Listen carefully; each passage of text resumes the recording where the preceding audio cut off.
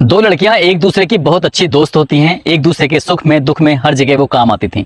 दोनों ही लड़कियां call girl का काम करती थीं। जब जब उन्हें कहीं बुलाया जाता था तो वो उस बुलावे पर जाती थीं और ग्राहक की सेवा किया करती थीं। एक दिन एक लड़की को बुलाया जाता है क्योंकि वो लड़की हमेशा ही उस ग्राहक के पास जाती थी, लेकिन उस दिन उसकी तबीयत खराब होती है, वो परेशान होती है। तब अपनी सहेली से कहती है कि आज मैं अपने ग्राहक के पास नहीं जा सकती हूँ, इसलिए मेरी जगह वहां तुम्हें जाना पड़ेगा। तुम वहां जाना, उसकी अच्छी से सेवा करना, किसी भी तरह की कोई शिकायत नहीं मिलनी चाहिए। बात क्योंकि सहेली की थी तो इसलिए सहेली ने इस मामले को बड़ी गंभीरता से लिया। वो वहां जाती है, वहां जाने के बाद जो सेवा करती है उसके बदले में उसे अच्छी खासी रकम मिलती है। उसे इस बात का बिल्कुल भी अंदाजा नहीं था कि जिस काम के लिए वो आई है उसके लिए उसको ज्यादा पैसे मिल रहे हैं। इसलिए फिर उसने उसकी ऐसी सेवा की कि अपनी ही सहेली का पत्ता साफ कर दिया।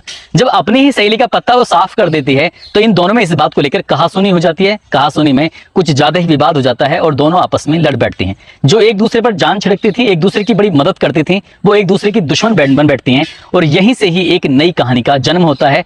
ऐसी कहानी जहां जहां तक जिस जिस इलाके तक ये कहानी सुनी गई थी, लोगों को यकीन नहीं हो रहा था कि ऐसा भी हो सकता है। वाकई आज की कहानी बड़ी दिलचस्प है, बड़ी अजीबोगरीब कहानी है।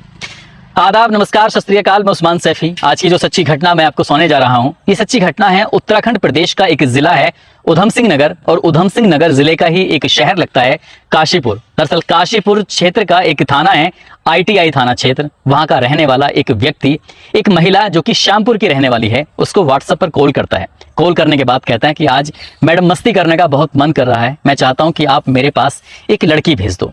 जब लड़की की डिमांड की जाती है, एक कॉल गर्ल की डिमांड की जाती है, तो उसको लेकर वो महिला पहले तो उसकी तस्दीक करती है कि ये जो व्यक्ति है सही भी है या फिर वैसे ही है।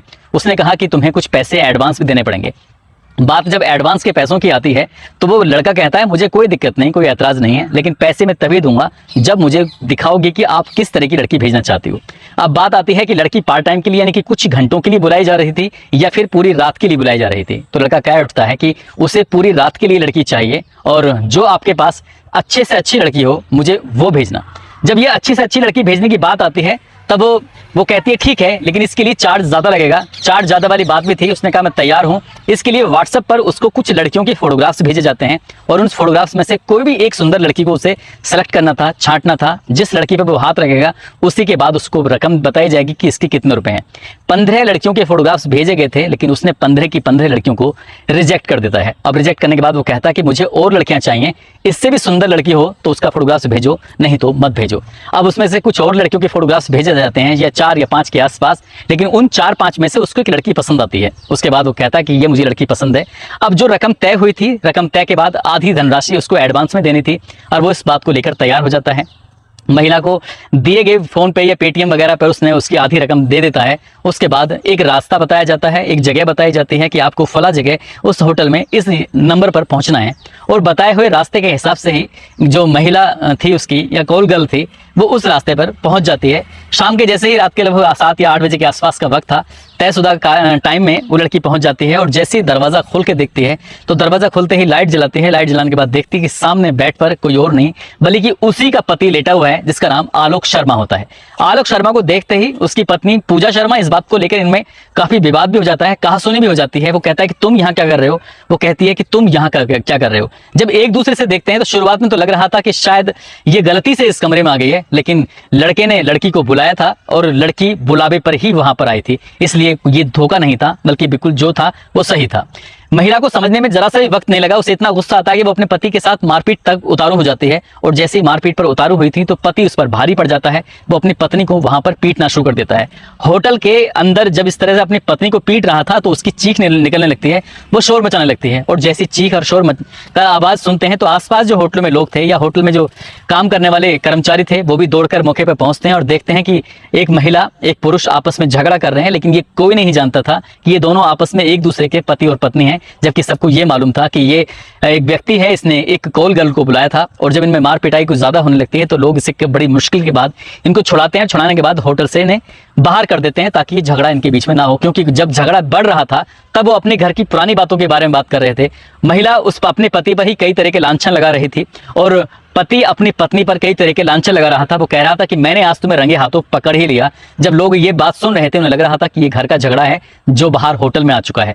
जब उन्हें होटल से बाहर निकाला जाता है तो लड़ते लड़ते वो सड़क पर पहुंच जाते हैं और देखते ही देखते सड़क पर बहुत सारे लोगों का जमघट लग जाता है। तभी पुलिस भी मौके पर आ जाती है और पुलिस ने इस महिला को, जिसका नाम पूजा शर्मा होता है, उसके पति यानी कि आलोक शर्मा होता है, इन दोनों को हिरासत में लिया जाता है और सीधे इन्हें थाने लेके पहुंचते हैं। ITI थाने ले जाने के बाद जब इनसे बातचीत करने की कोशिश कर रहे थे तब लड़का कहता है कि इस लड़की से उसके परिवार की सहमति के बाद शादी हुई थी, लेकिन शादी के बाद से ही ये ज़्यादातर अपने मायके में रहने लगती है और जब मायके में रहती थी तो मेरे परिवार वाले, घर वाले ज़्यादा परेशान रहने लगते थे। कुछ लोगों से मुझे पता चला था कि तुम्हारी बीवी गलत काम करती है, धंधा करती है, और जब उसे ये पता चला था तो जिसे यकीन नहीं हुआ। उसने अपनी पत्नी से जब ये बात पूछी थी तो पत्नी ने बेवजह लड़ाई करना शुरू कर दिया, झगड़ा करना शुरू कर दिया, और जब झगड़ा होता है तो इसी बात को लेकर इन दोनों के बीच में लगातार विवाद होने लगता है। 2-3 साल पहले शादी हुई थी, लेकिन शादी ज्यादा दिन टिक नहीं पाती। कुछ ही दिनों में, कुछ ही महीनों में ये शादी टूटने की कगार पर जाती है और महिला ज्यादातर वक्त अपने मायके में रहने लगती है और उससे ससुराल वालों से ज्यादा मतलब भी नहीं होता है। अब इसी बात को देखते हुए पति अपनी पत्नी को लेकर ज्यादा परेशान होता है, रिश्तेदारों से, दोस्तों से, सभी तरह से मदद मांगता है, लेकिन कहीं से कोई मदद नहीं मिलती। एक दिन ऐसे ही बाजार जा रहा था और बाजार जाते हुए उसको एक महिला मिलती है और वो महिला कोई और नहीं थी, वो उसी की पत्नी की सबसे खास दोस्त होती है। जैसे उसके सामने टकराता है वो बताती है कि तुम्हारी जो पत्नी है वो श्यामपुर की एक महिला के साथ धंधे वाला काम करती है, वो एक सेक्स रैकेट का एक हिस्सा है, एक सदस्य है। वो इस बात को जब सुनता है तो पति कहता है कि मुझे इस बात पर बिल्कुल भी यकीन नहीं है, भरोसा नहीं है, जो तुम कह रही हो ये बिल्कुल भी सच हो ही नहीं सकता। लेकिन वो महिला थी, वो जानती थी, क्योंकि दोनों एक दूसरे की बहुत अच्छी दोस्त थी। कभी कभी एक दूसरे की जगह वो अपने कस्टमर के पास पहुंच जाया करती थी और शायद इसीलिए उसने बड़ी पुख्ता जानकारी दी थी। उसने कहा कि मैं कैसे यकीन कर लूं। तब उसने एक श्यामपुर की एक महिला होती है उसका भी वो नंबर देती है और जब उसका नंबर देती है तो कुछ दिन जब बीत जाते हैं उसके बाद वो इत्मीनान से, आराम से बैठकर तसल्ली से उस महिला को फोन करता है, कहता है कि मुझे एक कॉल गर्ल चाहिए, मैं उसके साथ कुछ वक्त बिताना चाहता हूँ। ये उसकी प्लानिंग का हिस्सा था, इसलिए वो सामने जो दलाल महिला थी वो इस बात को समझ ही नहीं पाई, क्योंकि उसके साथ जो होने वाला था, क्योंकि उसको वही लड़की चाहिए थी जो उसकी पत्नी थी। पहले जो 15 फोटोग्राफ्स भेजे गए थे तो उसने उसको रिजेक्ट कर दिया। बाद में जो 4-5 और फोटोग्राफ्स भेजे गए थे उसमें उसकी पत्नी भी शामिल थी, क्योंकि वो ज़्यादा देखने में सुंदर थी, अच्छी थी और शायद ये काम जो करती थी वो शादी से पहले भी करती थी। इसलिए वो अपनी पत्नी को रंगे हाथों पकड़ना चाहता था और उसने पत्नी को जो अपनी बताए गए होटल में, बताए गए कमरे में बुलाया तो दोनों के बीच विवाद हो जाता है। पुलिस ने जब ये पूरी कहानी सुनी तो पुलिस भी अपना सर पकड़कर जमीन पर बैठ जाती है, वो भी सोचने पर मजबूर हो जाती है। बात यही नहीं थमती है, पुलिस वाले मौके पर मौजूद होते हैं और पत्नी अपने पति को सबके सामने पीटना शुरू कर देती है। वो कहती है कि इसका कई लोग महिलाओं के साथ अवैध संबंध है, ये दहेज की मांग करता है, और जबकि पति ये कह रहा था कि मैंने इसको रंगे हाथों पकड़ा है। लेकिन श्यामपुर की उस महिला को भी बुलाया जाता है जिस महिला के माध्यम से ये अलग अलग ग्राहकों के पास जाया करती थी। उसके बाद फिर इन दोनों में बीच में समझौता हो जाता है, लेकिन जो महिला सेक्स रैकेट का धंधा चलाया करती थी पुलिस ने उसको गिरफ्तार किया, उस पर संबंधित धाराएं लगाई और उसको उसने शायद जेल भी भेजा था। लेकिन जो पति और पत्नी थे वो एक दूसरे से पहले तो ये वहां से चले जाते हैं कॉम्प्रोमाइज करके, लेकिन कुछ समय के बाद फिर से एक दूसरे के खिलाफ शिकायत वगैरह करना शुरू कर देते हैं। जो इस इलाके के ASP होते हैं राजेश भट्ट, वो भी कहते हैं मीडिया से कि इस पति और पत्नी के बीच में इस तरह का विवाद उन्होंने अपनी जिंदगी में पहली बार देखा है। वो समझ नहीं पा रहे थे कि इसमें किसकी गलती है, किसकी नहीं है। इस मामले की जांच पड़ताल भी की जाएगी। आगे जांच पड़ताल के बाद होता क्या है ये तो खैर मीडिया में नहीं आया था, लेकिन जैसे ही ये कहानी सोशल मीडिया पर, अखबारों के माध्यम से ये वायरल होती है, जहां जहां तक ये कहानी पहुंच रही थी, लोगों को यकीन नहीं हो रहा था कि जिस महिला को, जिस कॉल गर्ल को बुलाया जा रहा था वो जानबूझकर बुलाया जा रहा था और उस महिला को पता नहीं था कि आज सामने ग्राहक के रूप में कोई और नहीं होगा बल्कि उसका खुद का पति होगा। और इसी बात को लेते हुए क्योंकि इसमें एक बात और भी आई थी कि महिला अपने पति से छुटकारा चाहती थी, लेकिन पति बिल्कुल भी छुटकारा देना चाहता ही नहीं था। शायद तलाक ना होने की वजह से ही इनमें लगातार विवाद भी बढ़ रहा था। दोस्तों, इस पूरे घटनाक्रम को सुनाने का उद्देश्य किसी को परेशान करना नहीं है, किसी का दिल दुखाना नहीं है, बल्कि आपको जागरूक करना है, आपको सचेत करना है। आप जहां भी रहें अपना ख्याल रखें, सुरक्षित रहें। जय हिंद, जय भारत।